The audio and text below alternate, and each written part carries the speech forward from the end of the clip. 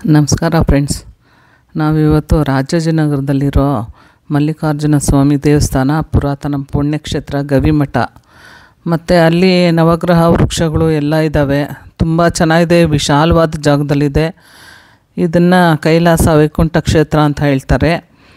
ಅಲ್ಲಿ ಸುಮಾರು ದೇವಸ್ಥಾನಗಳಿದ್ದಾವೆ. ಒಂದೇ ಕಡೆ ಒಂದು 4-5 ದೇವಸ್ಥಾನ ಇದ್ದಾವೆ.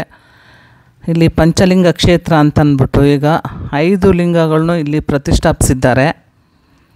ತುಂಬ ಅದ್ಭುತವಾಗಿದೆ ನೋಡೋಕ್ಕಂತೂ. ಎಷ್ಟೊಂದು ಸುಂದರವಾಗಿದೆ ಅಂದರೆ, ಎಷ್ಟು ವಿಶಾಲವಾದ ಜಾಗದಲ್ಲಿ, ಅದು ರಾಜಾಜಿನಗರ ಹೃದಯ ಭಾಗದಲ್ಲಿದೆ ಅಂಥ ಜಾಗದಲ್ಲಿ. ಇದು ತುಂಬ ವರ್ಷದ ಹಳೆ ದೇವಸ್ಥಾನ. ಇದು ಪುರಾತನ ಪುಣ್ಯಕ್ಷೇತ್ರ ಅಂತಲೇ ಇಟ್ಟಿದ್ದಾರೆ. ಗವಿಮಠ ಅಂತ ಕರಿತಿದ್ರು ಮುಂಚೆ, ಈಗ ಕೈಲಾಸ ವೈಕುಂಠ ಕ್ಷೇತ್ರ ಅಂತ ಕರೀತಾರೆ. ತುಂಬ ಅದ್ಭುತವಾಗಿದೆ. ಹರಿಹರ ಇಬ್ಬರೂ ಇದ್ದಾರೆ.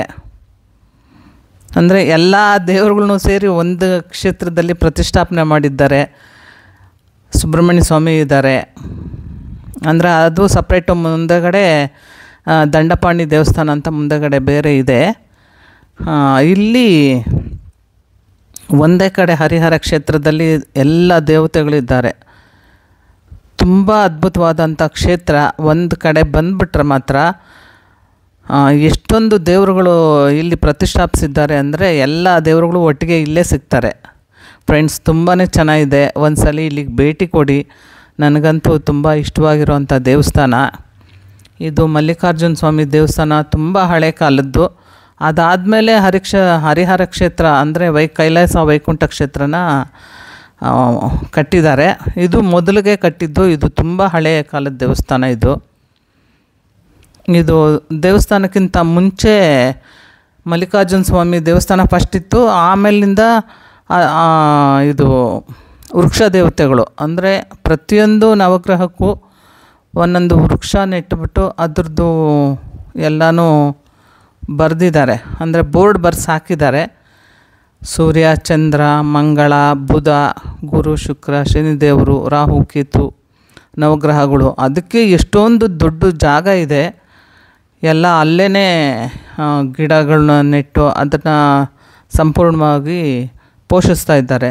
ತುಂಬ ಚೆನ್ನಾಗಿದೆ ಫ್ರೆಂಡ್ಸ್. ಇಲ್ಲಿ ನವಗ್ರಹ ವೃಕ್ಷಗಳು ಇಲ್ಲಿರೋದು.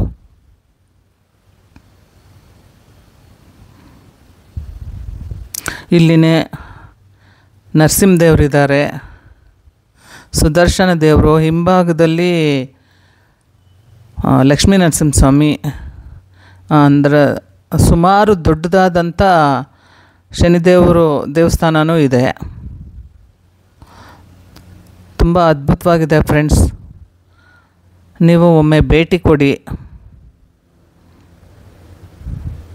ಮೆಜೆಸ್ಟಿಕ್ಕಿಂದ, ಮಾರ್ಕೆಟಿಂದ ಎಲ್ಲ ಕಡೆಯಿಂದ ಬಸ್ಸಿನ ವ್ಯವಸ್ಥೆ ಇದೆ. ಭಾಷಂ ಸರ್ಕಲಲ್ಲಿ ಇಳ್ಕೊಂಡು 10 ನಿಮಿಷ ನಡೆಯೋದು ಅಷ್ಟೇ. ತುಂಬ ಅದ್ಭುತವಾಗಿದೆ. ವೀಕ್ಷಿಸಿದ್ದಕ್ಕಾಗಿ ಧನ್ಯವಾದಗಳು ಫ್ರೆಂಡ್ಸ್.